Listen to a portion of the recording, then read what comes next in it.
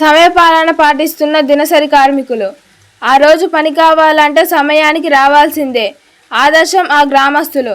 సమయపాలన అంటే వీరిని చూసి నేర్చుకోవాల్సిందే. కొత్తగూడెం జిల్లా చర్ల మండలంలోని గొమ్మగూడెం గ్రామ పంచాయతీ పరిధిలో ఇసుక ర్యాంపుకు వచ్చి లారీలకు పట్టా కట్టేందుకు కూలీలు క్యూ కడుతున్నారు. పట్టా కట్టేవారు ఎవరు ఇష్టానుసారం వారు వచ్చిపోతున్నారు. మద్యం సేవించి తరచూ గొడవలకు పాల్పడటం.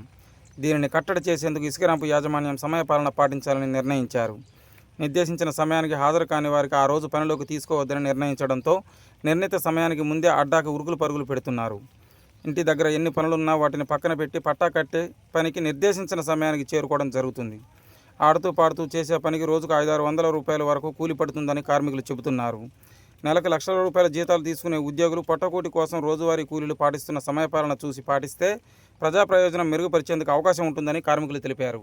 చూస్తూనే ఉండండి మరిన్ని వార్తల కోసం మన ప్రజా గొంతుక న్యూస్.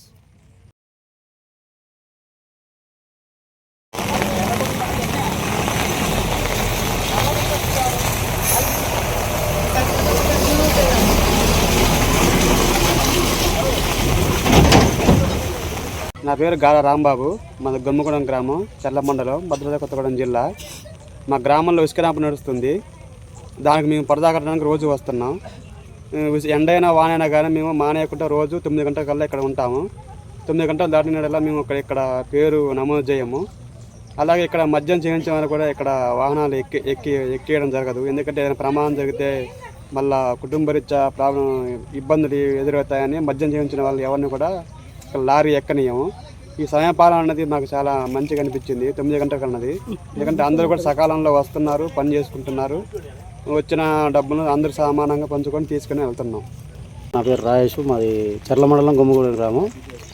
మేము ఇసుక ర్యాంపులో పరదా కట్టడానికి వస్తాం ప్రతిరోజు. అది ఎండైనా వానైనా వస్తాం. 9 గంటల వరకు మేము టైం టేబుల్ పెట్టుకున్నాం. 9 దాటితే మనిషి పేరు రాయరు. ఈ టైం కూడా మాకు ఎంతో బాగా నచ్చింది. అట్లా వర్షానికి మేము అందరం వచ్చి చూడండి ఇట్లా చేసుకుంటాను మేము.